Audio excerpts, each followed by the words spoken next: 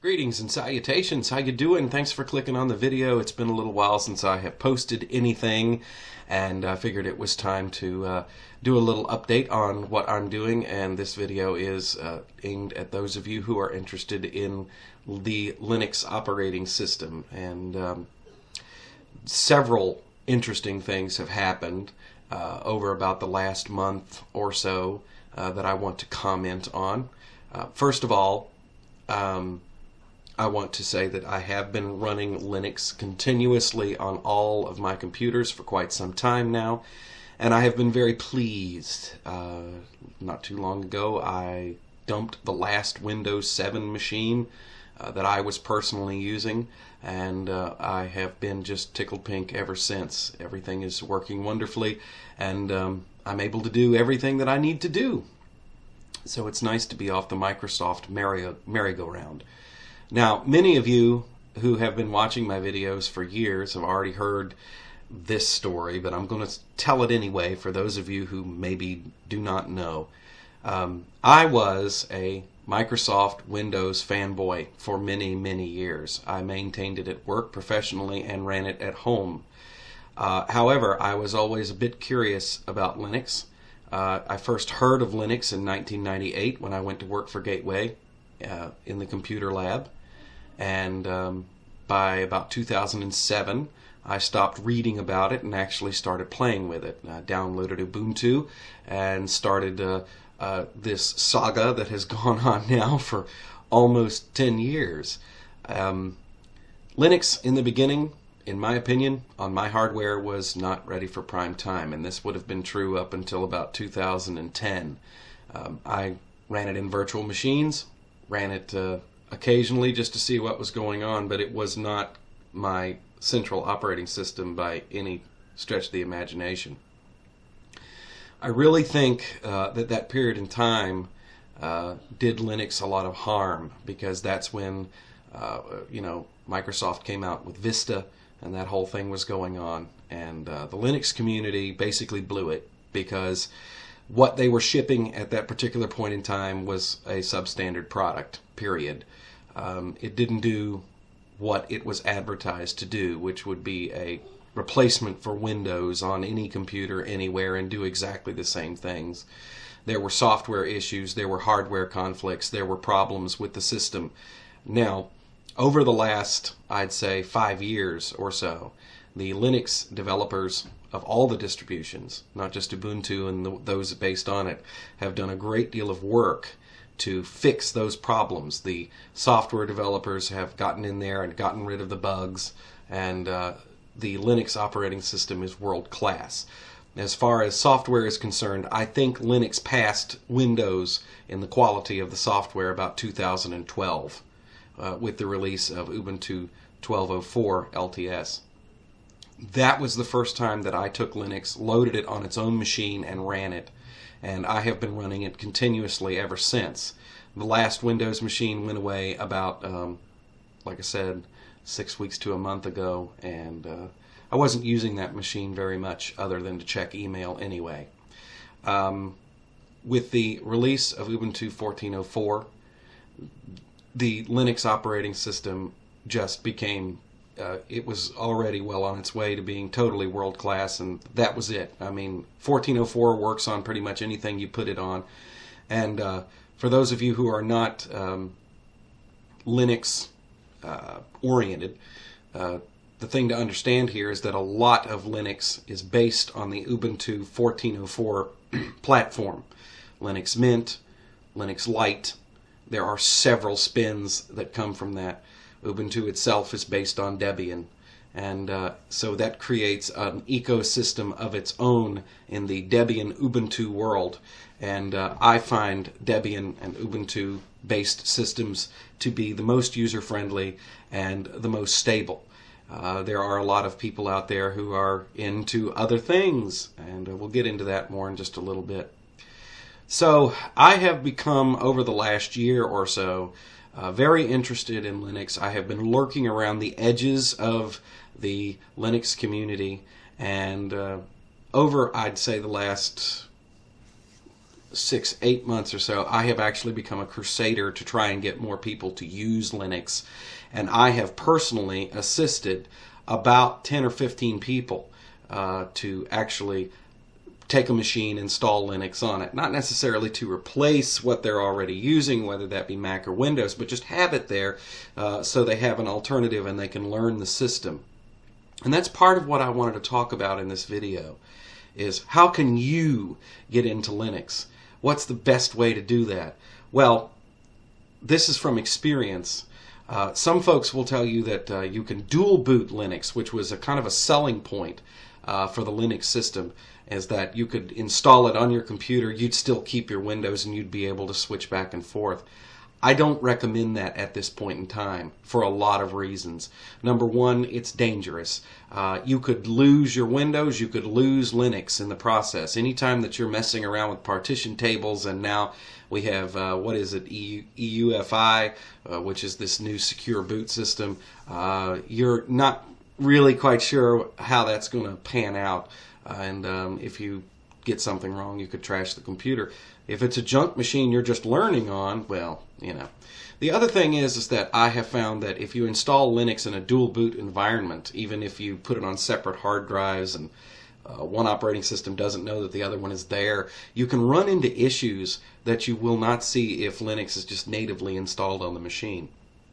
I've talked a great deal about virtual machines, and virtual machines are very cool. You can learn a lot about Linux by taking your Windows machine and putting VMware or VirtualBox and then running the Linux operating system within that. Well, the problem with that is that it requires a bit of savvy on your part, because setting up these virtualization platforms takes a little bit of knowledge of what the machine is doing and things like how much memory to give it and this sort of thing.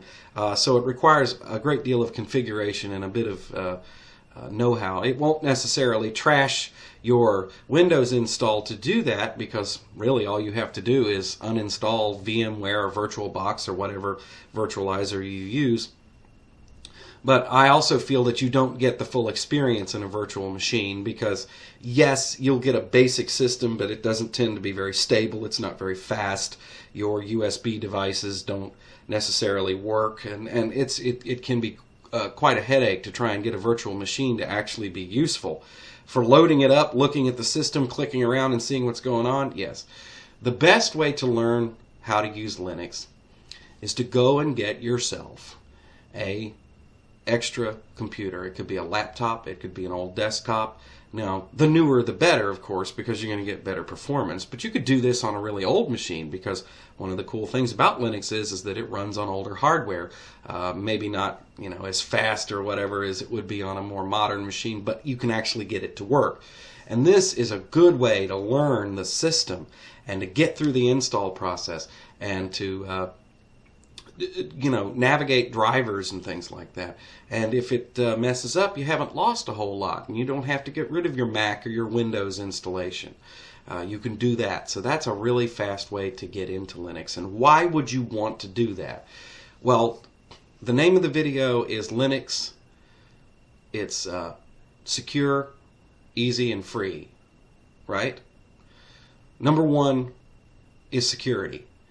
I have come to the conclusion from the experiences that I've had just recently that one of the major reasons that everyone who is inclined to do so, who wants to get into Linux, should get into Linux, is to get away from the backdoors, malware, viruses, identity thefts, everything that can happen on a Windows platform. I just had an experience where I was fooling around with Windows 7 Ultimate. I wanted to install it. It ran for a week. It came up with a Trojan virus. So I run all of the scans and everything to get rid of it. The system's trashed. I had to completely give up. I don't know how it got there. I don't know where it came from. I don't know what was downloaded. Nothing. It's just there. And I am an experienced Windows user. Like I said, 20 years of administrating those systems in radio and television stations, and also working for Gateway Computers for a while. I am not an expert, but I am definitely what you would call a power super user. I can administrate networks, I can set those things up, I can get the system to work. I understand a whole lot about how the viruses and the malware works, and still, I ended up with this problem. I have been running Linux continually since 2012, and sporadically before that, and I've never, ever, ever had a problem come up on one of these machines that I could not fix. I have never had somebody on their account click something they shouldn't have or download a file that they shouldn't have and have it trash the machine. It just doesn't happen in Linux, and it doesn't happen for a lot of reasons. First of all, it's the entire Linux ecosystem. It's the way it's set up, the way the software is managed, and the fact that a Linux computer, pretty much, unless you give it permission, you cannot execute code. You can't do it. You can't do things that'll change the machine without giving an administrator access to the computer. Windows makes you feel like it's set up like that because it has the security that comes up and says clicks yes and that sort of thing. But the truth of the matter is that Microsoft maintains backdoors into your system. They reserve the right to execute code on your computer. So while you may be the administrator or super user, Microsoft on any Windows system is actually the hyper user because they can send down updates that can change your machine. And yes, they make a big show out of installing security updates and all this other stuff, but the fact is there's that back door. When I was working in the computer lab, and of course now this has been many years ago, I remember asking people, what is this machine doing? These are my instructors, my supervisors. These are the people that are supposed to be the real gurus. I mean, we were building and selling computers that people were going to use. And I would ask, what is this machine doing? Why is it doing that? And they say, I don't know what it's doing. It's something that Microsoft does, and they don't tell us. That's the problem, folks. And that's the difference between proprietary and open source software. In the open source world, you know what that machine is doing all the time. With proprietary software, somebody somewhere holds the key and they can pull strings that you can't see. So that's the first thing. And I could go on about that, but the truth of the matter is Linux is just so much more secure. One of the reasons it's very secure is that the people out there who write the malware are not banging on it. If more people did use Linux, we may see more people trying to hack Linux machines. Right now on the desktop for personal users, it's like they say it's somewhere between 1% and 3% of all desktops, which really isn't a whole lot. But Linux runs everything else in your house. It runs your DVR, it runs the router, it runs your smart refrigerator, all of these embedded devices. And so people do try and bang on those to get into your system. As far as it being a desktop thing, that's not really happening at the moment. But it is more secure. Let's just put it that way. Once you get into the system and you set it up, if you get your software from the distribution software repositories and you're careful, you are never going to have a problem with Linux that involves malware or viruses. And if you do, chances are there will be a patch issued within days of the discovery of the breach that will fix the problem. All you have to do is make sure that your system is up to date.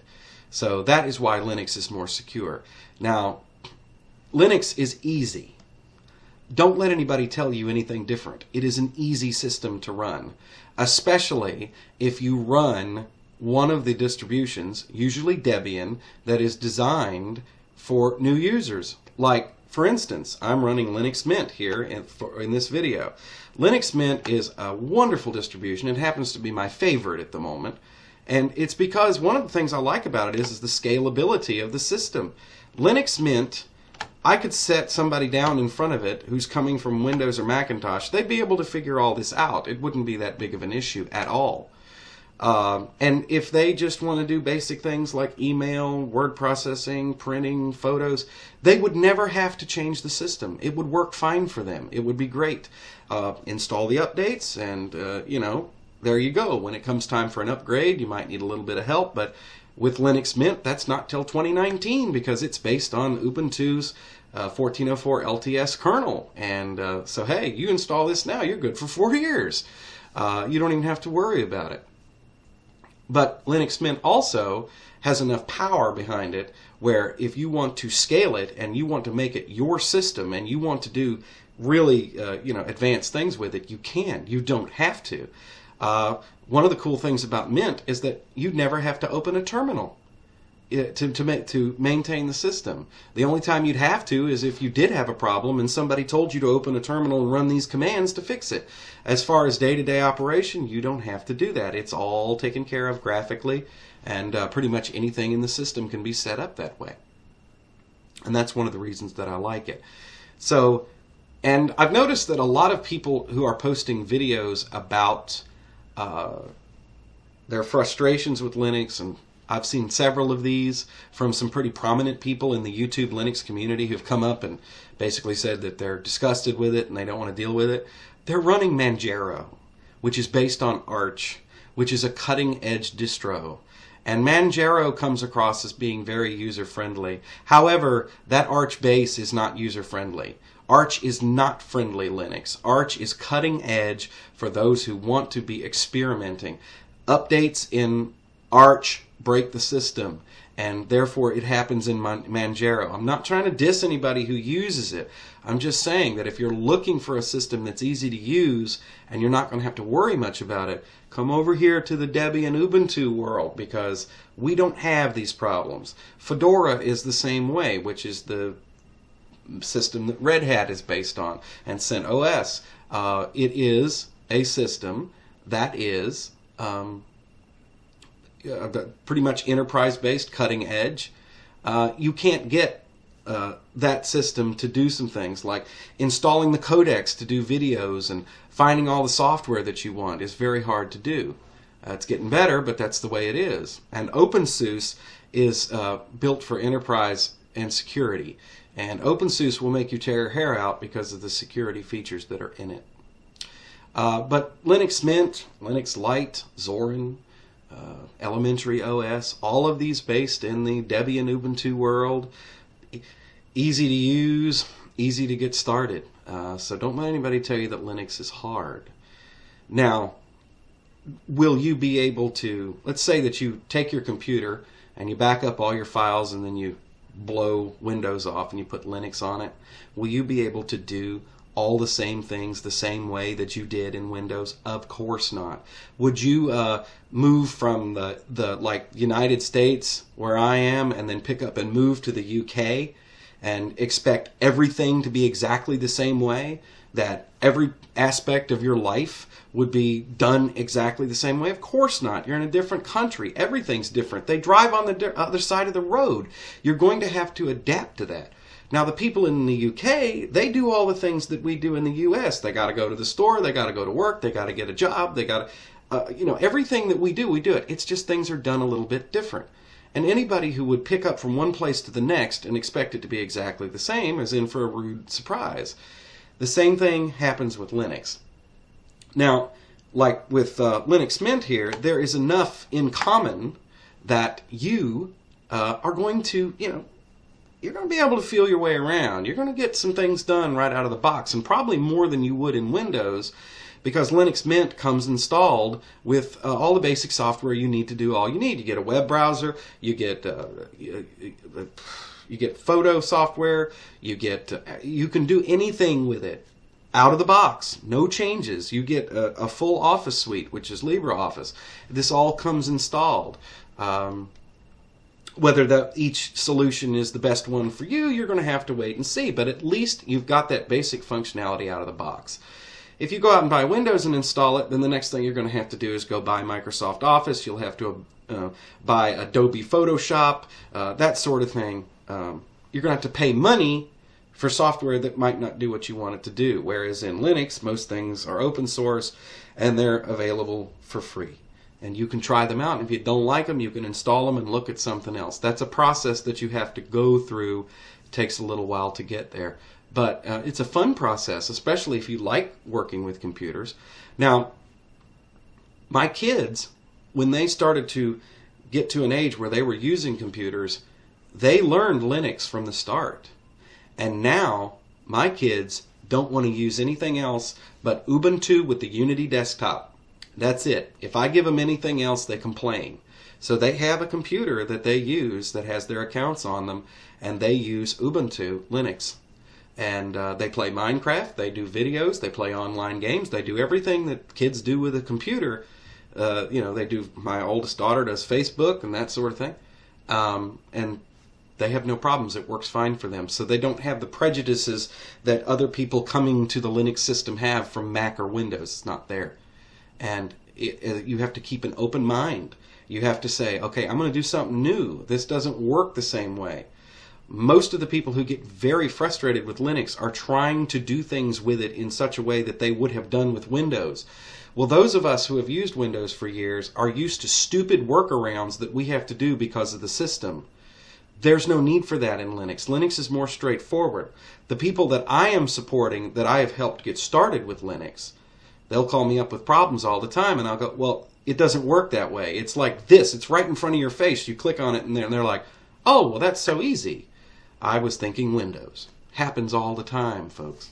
So Linux is easy. It just takes a little bit of time to learn how to learn your way around the system. And Linux is free, which is the last thing that I wanted to say about it. Free, not as in free beer. Not as in, it's free to use and it is, but that's not necessarily what it means. It's freedom as in freedom of speech. With a Linux system, you can go and download it and you can install it on your computer. Nobody's going to ask you. You do not have to register it. You do not have to pay money. Now, all of the Linux projects out there have a donation page on their site because it's open source, and that's how they make their money a lot of the time. Or they do partnerships with other companies or something like that. But, they do have a donation page there. And if it works for you, I encourage you to go on and donate some money to these folks. If everybody that downloaded Linux Mint would donate just $1, it would probably fully fund the entire project forever. Linux Mint is well funded now, but think about that for a minute. So if you download Linux Mint and you think, hey, this is great and I'm going to use this distro, throw them a little cash, man. But you don't have to. If you are in a financial situation where you've got to have a functioning computer, you've got the hardware, you need the software, you can get it. You do not have to register anything. They don't want your personal information. As a matter of fact, this makes figuring out how many people are actually using Linux on their desktop very difficult, because Microsoft and Macintosh and Red Hat, they all require you to pay a licensing fee. So therefore, you register. They know how many people are using their system legally. Doesn't mean that you can't crack it and hack it and make it work and then you don't register. But still, they have that base number. It's there. In Linux, we don't have that because it's free and open to the public. I can download Linux Mint, install it on my machine, take that CD, take it down the street, take it to my friend's house, to my mother's house, to my brother's house, install all that. I've never had to register any one of those people. And that's one of the cool things about it. The other thing when we talk about free is that we are talking about open source software where people can see the original code and they can contribute to it.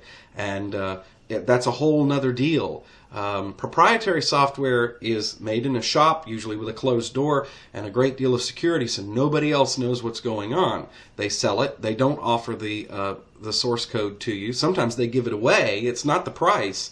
It's the fact that you don't know how this thing really works. Okay, and the problem with that is that if you ever find yourself in a situation where you have a piece of proprietary software and you'd like to change it, not everybody is a programmer and can do that, you can't. That makes you a pirate. You can't do that. You also can't take proprietary software, make a copy of it, and put it on somebody else's machine, because you can't do that, especially stuff like operating systems and whatever. So there's a lot of folks out there who crack big applications and Windows itself that, they go, oh, they're so proud of it. They go, I downloaded a cracked version of Windows and that's what I'm running. First of all, for me, ethically and morally, that's wrong. Microsoft wants money for it. I don't agree with the entire proprietary system, but however, They do have a copyright, and this is how they've chosen to do it. So you're breaking the law, and morally, it's wrong. You're stealing. Okay, just flat out. I'm sorry, you're stealing. And the other thing is that if you download a cracked version of Windows, the person who cracked it is going to use, who says that they haven't loaded it up with all sorts of malware and backdoors beyond what Microsoft already leaves in the system? You don't know what you're getting. You have no guarantee. You have no support. You have nothing. You have something that you've downloaded off the internet that could be possibly very harmful. I mean, these people who are offering this cracked version could be using these things to get all of your personal information off the computer and then hack your bank account and your credit card. Come on, folks, think.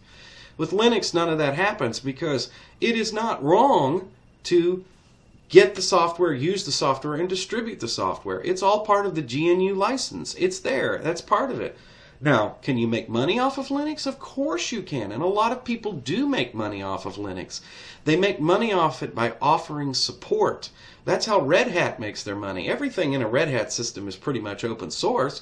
It's just that they license it, and they sell that license, and they sell that support. And basically, if you get a Red Hat system, and remember we're talking about large corporations with a lot of data, very sensitive, they get this incredible support that goes along with it. They're paying for the support. They're not paying for the system.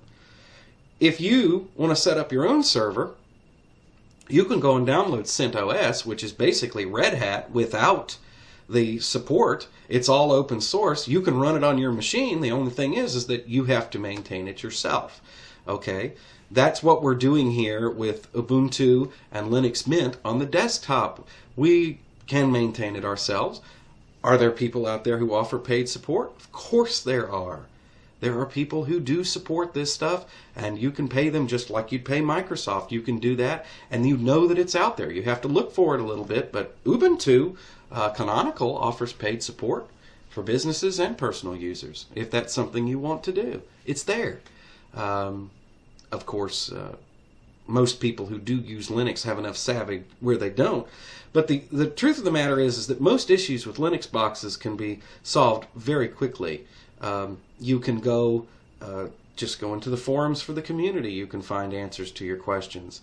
This is a big way that I learned Linux. Yes, I took some classes. Yes, I did take some official training on Linux through the Linux Foundation. That was great. But that just gives you an idea of how the system works. But for problems, what do? I go get on the internet and say, oh, chances are if this program is doing this, then it's doing it for somebody else, and there's a fix out there. No guarantees on it. It doesn't mean that your system's going to work. But I want to tell you something about paid support, folks. Paid support is not all that it's cracked up to be. A lot of these guys won't necessarily fix the problem, but they'll install a workaround, or they'll tell you to do this that will patch it for a while. With Linux, if worse comes to worse, you can just reload the whole system. With Linux, it takes 2 or 3 hours to completely rebuild a system and get it back to where it was. Whereas with Windows, that can take days to do. So anyway, that's a whole long thing. But it is free, and the software is free. And the software that's in the repositories, if you go to the software manager in Linux Mint, you have all of these applications that you can download and install. Okay, so you can just go in here and type in soft. Hold on, you're going to see the back of my head while I do this because I need to see the keyboard. All right, and we open up the software manager here. All right, and we give it password so we can install and remove software. Wait a few minutes. It takes a couple of seconds for it to come up to speed. When this pops up, you're just going to be able to search and install. There's like 40,000 pieces of software in here. Just put something up here in the search box right there, or pick a category or whatever, and you can choose from all kinds of software. It's absolutely amazing what you can do. And all of this is for free. Just pick an application. Okay, let's say we wanted this, and we double click it and click the install button. It's in your system. It's about as easy as it gets. And if you stick to those repositories or only trust private PPAs that you know are well trusted, you're not going to have any problems with any sort of malware or viruses on your system. Also, everything in the system, you got it for free. Once it's installed, the update manager in Linux Mint, the little box right down here, it will essentially, what it will do is it will update everything on the system. How wonderful is that? So, yes, Linux has its challenges and issues, and you do have to take some time to learn it. But you can make it whatever you want, and it sets you free from licenses and people having your credit card information that you don't want them to have it. It's such a wonderful system. Give it a try. Coming up very soon here, I am going to be embarking on a new project that is going to be a service to the Linux community that I'm going to provide. And so keep watching. We're going to have more videos come up about this. Hopefully we can get this rolling here within a month or two. And it's going to be something that's going to benefit me, and I hope it benefits you too. And we'll talk more about that as we go on. Thanks for watching the video. It probably went on longer than I wanted it to. But I just wanted to say this. I mean, this is a wonderful place to be. Don't listen to all the trolls. Don't listen to all these people. Yes, there's a lot of infighting in the community. And yes, there are a lot of people who will tell you over and over again that Linux sucks and it doesn't work. I'm a living proof that it does. I'm running everything on Linux and everything works. And I'm happy with it. So there you go. Thanks for watching. We'll talk more soon. Love to hear your comments and suggestions and all that other stuff too. So thanks a lot. Talk to you later.